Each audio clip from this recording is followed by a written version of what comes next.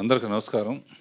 Media మిత్రులకి, నా ప్రియ మిత్రులైన శిష్యులైన అనిల్ రావుపూడి, సతీష్, రవి, భరణి గారు, ఈ అవకాశాలు బిగినింగ్ రోజుల్లో డైరెక్టర్ అవ్వడానికి చాలా ఇబ్బంది పడేవాడు. చాలా సక్సెస్ఫుల్గా ఎన్నో సినిమాలు తీసిన తర్వాత సగంలో నాకు ఐడియా వచ్చింది, ఇది కొత్త నీరు వెళ్ళి పాత నీరు వెళ్ళి కొత్త నీరు ఎట్లాగో వస్తుంది కదా, మన డైరెక్షన్ తప్ప ఇంకేం తెలీదు, డ్రైవింగ్ తెలుసు అంతే, ఏం చేయాలి అని ఆలోచించినప్పుడు అప్పుడే ఈటీవీ కూడా స్టార్ట్ అయింది. ఈటీవీ ద్వారా రామోజీరావు, బాపినేడి గారు, అజయశాంత్ గారు వీళ్ళందరూ మాతో మొట్టమొదటిసారిగా శాంతినివాసం అనే సీరియల్ స్టార్ట్ చేసాం.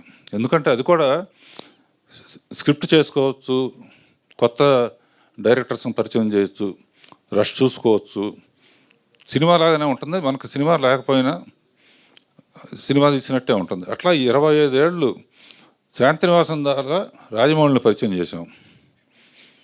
దాని బహుమతిగా శాంతినివాసం, తర్వాత స్టూడెంట్ నెంబర్ 1 బహుమతిగా నాకు బాహుబలి ఇచ్చాడు.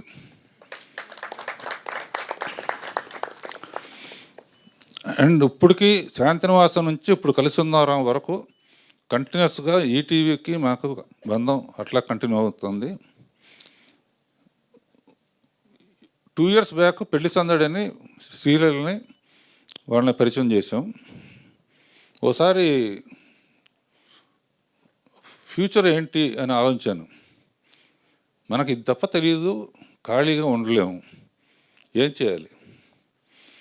అప్పుడు యూట్యూబ్లో మంచి మంచి షార్ట్ ఫిల్మ్స్ తీసిన వాళ్ళని, చాలా టాలెంట్, మన ప్రశాంత్ వర్మ కానీ, 2-3 ఇప్పుడు పాపులర్ డైరెక్టర్స్ అందరూ యూట్యూబ్ నుంచి వచ్చిన వాళ్ళే. అందులోంచి మంచి డైలాగ్స్, మంచి కథలు రాసిన వాళ్ళని సెలెక్ట్ చేసి, మన రామ్కి అని, మన శేఖర్, గంగమనేని శేఖరు, ఇతను కెమెరామ్యాన్ డైరెక్టర్, ఒకటి కొంటే రెండోది ఫ్రీ. వీళ్ళిద్దరితో ఒక లైఫ్ పార్ట్నర్ అనే cinema, 1/2 hour story, love you నానమ్మ. సరే, ఈ అమ్మాయితోనూ ఈ అబ్బాయితో కలిపి ఏవి అలనాటి ముద్దులు, పెళ్ళికి ముందు పెట్టిన ముద్దులు పెళ్ళైన తర్వాత తగ్గుతాయి ఎందుకు. సో ఇదొకటి ఏంటంటే, నేను కొత్త టాలెంట్ని బయటికి తీసుకురావటం, కొత్త మ్యూజిక్ డైరెక్టర్ని బయటకు తీసుకురావటం. అతను కిరణ్ అని కొత్త మ్యూజిక్ డైరెక్టర్, రామ్కి కూడా, వీళ్ళందరూ కూడా కొత్త వాళ్ళని తయారు చేయడంలో ఉన్న ఆనందం. ఇది కాకుండా రోజు పొద్దున 9:45 to 10:45 ఫ్రీగా డైరెక్షన్ క్లాసెస్ చెప్తున్నాను డైరెక్టర్స్ వాళ్ళకి. సో యూట్యూబ్ డైరెక్షన్ క్లాసెస్, వీళ్ళతో యంగ్స్టర్స్తో పరిచయాలు, వీళ్ళందరినీ సాయంత్రం తీసుకెళ్ళి పికిల్ బాల్ ఆడటం.